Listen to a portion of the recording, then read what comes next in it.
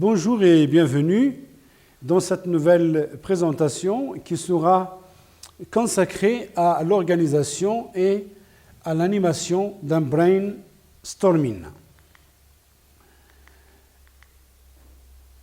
Le contenu sur lequel s'articulera notre présentation, après la définition d'un brainstorming, la constitution du groupe, le cadrage et la définition de la question de départ,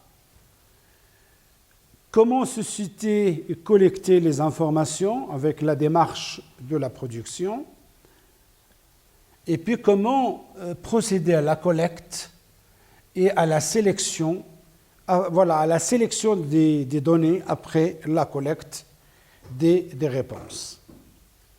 Pour terminer avec quelques conseils nécessaires pour réussir cette technique d'animation. Qu'est-ce que le brainstorming? Le brainstorming, c'est un terme générique pour désigner la pensée créative. Il se veut la tempête du cerveau. Donc je parle de traduction littérale. Tempête du cerveau. Il est appelé chez les Canadiens, chez les Québécois, remue-ménage. En Suisse, on parle de ce qu'on appelle la réunion ruche. Parfois, les Français parlent de ce qu'on appelle les réunions créatives. وتم ترجمة المصطلح إلى اللغة العربية ما يسمى به العصف الذهني أو الزوبعة الذهنية. Qu'est-ce qu'un brainstorming? C'est une méthode de réflexion collective qui permet de collecter le plus grand nombre possible de réponses à une question donnée. Cette méthode repose sur une technique de créativité de groupe, une expérimentation collective de l'imaginaire que l'on peut qualifier de désordre d'idées constructives. Donc le but de brainstorming, effectivement, comme je viens de le définir, c'est de produire le plus d'idées possibles sur un thème donné dans un minimum du temps.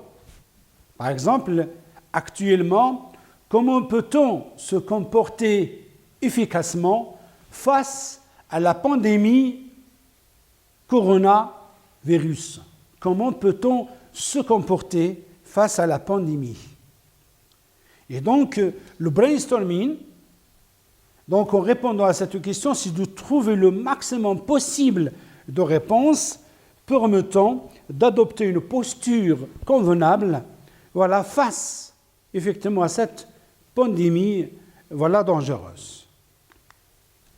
Il permet la recherche des causes potentielles d'un problème, l'invention des solutions possibles pour le résoudre. Il favorise l'émergence d'idées nouvelles, il participe à la cohésion du groupe, il favorise l'expression de chaque participant. Technique de créativité qui se pratique en groupe. Le brainstorming, c'est une technique de créativité qui se pratique en groupe. Il est utilisé dans le cadre des activités entrepreneuriales et même dans le contexte pédagogique pour animer un cours d'oral. Le brainstorming a été conçu par Alex Osborne comme une technique managériale depuis 1930. Le brainstorming passe par un certain nombre d'étapes. La première, la constitution du groupe, la désignation de l'animateur et du rapporteur. La deuxième étape, le cadrage et la définition de la question de départ.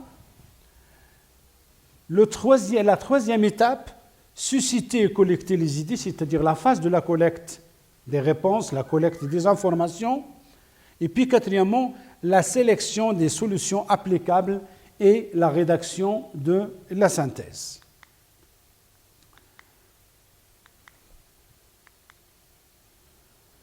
Alors, pour la constitution du groupe, le groupe, normalement, ne doit pas être trop grand. Ça dépend du niveau socio-culturel, si vous voulez, des participants. Donc, de 5 personnes à 25 personnes maximum. D'ailleurs, on peut faire le brainstorming tout seul. Il doit contenir des bonnes personnes, des bonnes entre guillemets, qui sont ouvertes à l'échange, compte tenu de la complémentarité, de l'expertise des personnes qui relèvent des différents domaines. Par exemple, à la FST, des étudiants du parcours MIP, des étudiants du parcours BCG, des étudiants étrangers, les garçons et les filles. Et donc, je parle de la représentativité de tout le monde, d'où l'importance aussi de l'approche de genre, en vue de constituer des groupes hétérogènes et complémentaires, favorisant une interaction réussie, voilà, au sein du groupe. Alors, il y a un problème ici possible, la présence d'un chef qui peut paralyser les participants. Donc, c'est-à-dire, il n'est pas recommandé la présence d'un chef parmi le groupe parce que sa présence risque effectivement de paralyser la participation des autres. Maintenant, le groupe est constitué. Passons à la désignation de l'animateur. Mais ce n'est pas un animateur n'importe qui, mais c'est un animateur qui est capable, effectivement, de créer une synergie, de créer une interaction au sein du groupe. Il doit être doué de compétences communicatives, de compétences langagières, ouvertes à l'échange, voilà, est capable de mobiliser tous les membres, voilà, du groupe. Il initie et pilote le processus, il énonce les règles de brainstorming, il annonce le thème, il fait participer tout le monde, c'est lui qui anime le groupe, donc il doit traiter tous les participants sur le même pied d'égalité, il veille à ce qu'aucun participant ne se permette ni de discuter les idées des autres, ni ne juge, c'est-à-dire il faut dans le brainstorming séparer entre la phase de la production et la phase du jugement de la pensée, la phase, si vous voulez, de l'évaluation. Et puis, veiller à l'équité du temps de parole pour chaque participant et au respect des idées émises et au respect des différences individuelles. Après la désignation de l'animateur, il faut aussi désigner un secrétaire. Et la prise de notes se fait souvent sur un papier, voilà, sur des papiers tableaux, sur un tableau magnétique, sur un PC directement, c'est-à-dire via la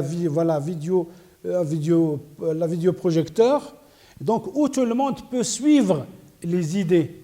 Voilà, donc il y a ici une image qui illustre vraiment la manière d'établir un rapport. Donc le rapporteur, ou on l'appelle aussi le secrétaire, donc c'est la personne qui doit être douée effectivement de cette compétence de transcription, donc qui lui permet d'écrire convenablement, de noter toutes les propositions du groupe. Attention, le secrétaire note systématiquement toutes les idées et ne les critique jamais. Donc il doit être fidèle aux propositions de tous les participants. Donc il ne doit pas, si vous voulez, juger ni critiquer les propositions des autres. Maintenant, le groupe est constitué, l'animateur a été désigné, le rapporteur aussi a été nommé, a été choisi. Alors qu'est-ce qu'il faut ? Il faut le cadrage. Cadrer, c'est déterminer la problématique de départ. C'est définir la question de départ. Il est indispensable de cadrer clairement le sujet au début de la réunion. C'est ce qui constitue la question de départ. Donc il doit être clair. Et puis, spécifier un périmètre bien précis. Donc, c'est-à-dire que le sujet qui sera abordé pendant le brainstorming ne doit pas être, si vous voulez, vague. Il doit être compris par tout le monde pour qu'il puisse réagir.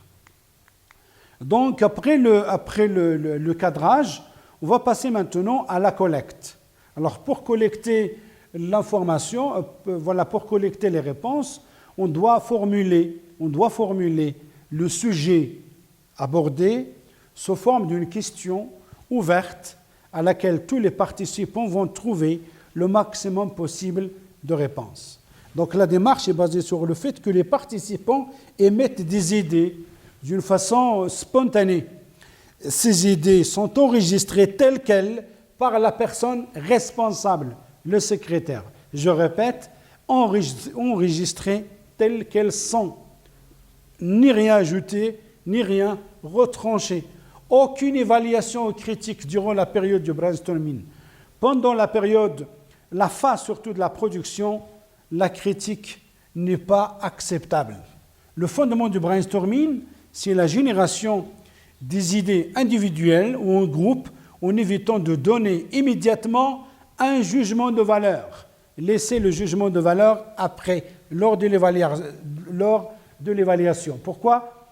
Parce que la recherche scientifique a démontré que ce principe est hautement productif, aussi bien dans l'effort individuel que dans le travail de groupe. Laissons tout ce qui est critique, tout ce qui est évaluation jusqu'à la fin. Laissons tout ce qui est jugement de la pensée, jugement de valeur jusqu'à la fin, c'est-à-dire après la phase de la collecte. Donc, toujours dans le cadre de la collecte, il faut noter qu'il est essentiel que la phase de génération des idées soit séparée de la phase du jugement de la pensée. Il y a deux moments donc essentiels, la phase de la production et la phase de l'évaluation. Donc c'est la caractéristique effectivement positive du brainstorming qui permet d'arriver au résultat et de réaliser les objectifs sollicités. Le but majeur de cette phase, la phase de la collecte, ce n'est pas de trouver les bonnes idées, mais c'est de trouver le maximum possible d'idées. Le maximum possible d'idées. C'est-à-dire que le souci n'est pas qualitatif. Le souci est quantitatif. Donc, c'est-à-dire à partir de ce que nous allons collecter, viendra par la suite, la qualité lors de la sélection. Donc je vous donne ici un exemple de la collecte. Sur le mur à droite, les 4 règles de base. Aucune critique des idées émises. Aucune critique des idées émises pendant la phase de la collecte. Toutes les réponses, tous les scénarios sont acceptables. Pas de limite à l'imagination. Pas de limite à l'imagination. Le plus d'idées possible. Le rebond systématique sur les idées des autres, c'est-à-dire à partir de ce qui est dit et exprimé par quelqu'un, je peux penser autrement. Donc c'est ce qu'on appelle la fertilisation croisée, donc qui permet donc la régénération d'autres idées. Et puis stimuler le groupe à faire le brainstorming de la manière la plus informelle et la plus amusante. C'est-à-dire, je parle ici d'un climat, d'un cadre très agréable, et très convivial, qui permet aux participants de donner le meilleur d'eux-mêmes et d'être beaucoup plus productifs. Donc voilà des images ici pour exprimer effectivement la nécessité de travailler dans un climat permissif, de convivialité, de tolérance, effectivement pour plus de rendement. C'est-à-dire là, je parle de l'importance de la fonction relation dans la productivité et dans l'accroissement du rendement. Rôle de l'animateur pendant la collecte. Il doit s'assurer que le processus se déroule d'une manière optimale. C'est sa tâche. Il peut intervenir si le processus ralentit. C'est-à-dire, là, il doit adopter le style, si vous voulez, semi-directif. Il peut reculer, mais cela n'empêche qu'il peut intervenir si le processus ralentit. Il doit réguler si certaines personnes commencent à discuter de certaines idées, à parler, à parler entre elles. C'est-à-dire il faut que tout le monde s'engage avec un esprit participatif, avec un esprit collectif. Et donc, et laisser tout ce qui est jugement de valeur, tout ce qui est critique après. Le secrétaire, il a un rôle très important lors de la collecte. Ce qui n'est pas noté est perdu. Le secrétaire représente la mémoire du processus. Et donc, il doit essayer d'être fidèle à toutes les propositions des participants. Alors, pour la phase de la collecte, pour que ce processus soit un succès, il importe de prendre le rôle au sérieux, ne pas confondre spontanéité et anarchie. Le groupe ne doit pas être dominé par quelques participants, la méthode de tour de table, c'est-à-dire ce n'est pas toujours les mêmes personnes qui prennent la parole, mais parfois on peut procéder par le tour de table pour donner la parole au maximum possible de personnes, parce que finalement la synthèse à laquelle aboutira cette technique d'animation, il doit représenter la voix de tout le monde. Donc il est parfois sage de faire un essai à blanc pour que les participants comprennent très bien l'esprit de la démarche. On peut commencer par un esprit, un essai à blanc pour que tout le monde comprenne l'esprit de la démarche avant de s'engager dans une activité de brainstorming. Alors, dans la sélection des solutions, lorsque le processus de la collecte est terminé, nous avons donc toutes les idées possibles. Il reste maintenant à mettre les idées, à l'ordre dans les idées qui ont été émises. Discuter la valeur relative des idées, garder celles qui sont les plus pertinentes et les mettre en place. Pour cela, 2 points sont à fixer. Déterminer 2 critères, qu'est-ce qu'une bonne idée, et puis s'accorder sur une méthode, comment procéder. Alors parmi les méthodes utilisées, tout d'abord la relecture de toutes les propositions, correction au niveau grammatical, c'est-à-dire au niveau de la structure, éviter les répétitions, classer les idées par ordre de mérite et classer aussi tout l'ensemble des réponses par axe.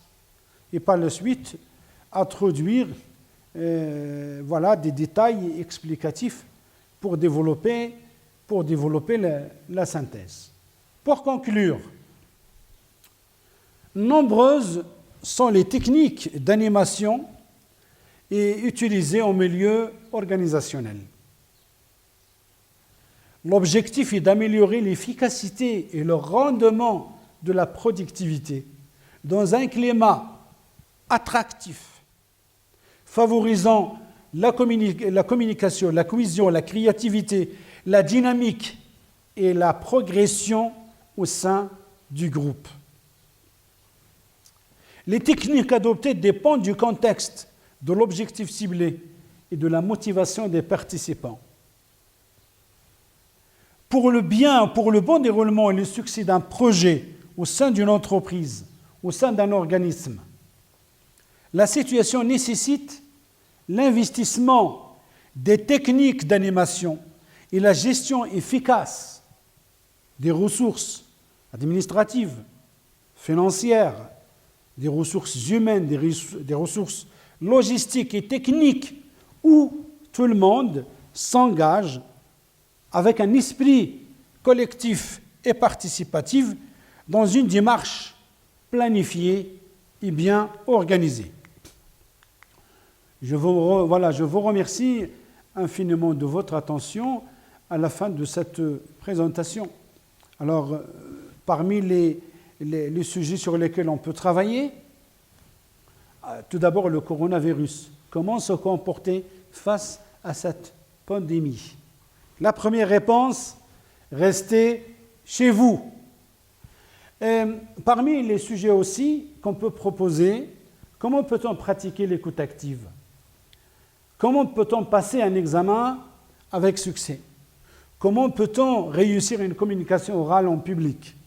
Comment peut-on réussir un entretien d'embauche? Comment peut-on se comporter efficacement avec les autres au milieu professionnel?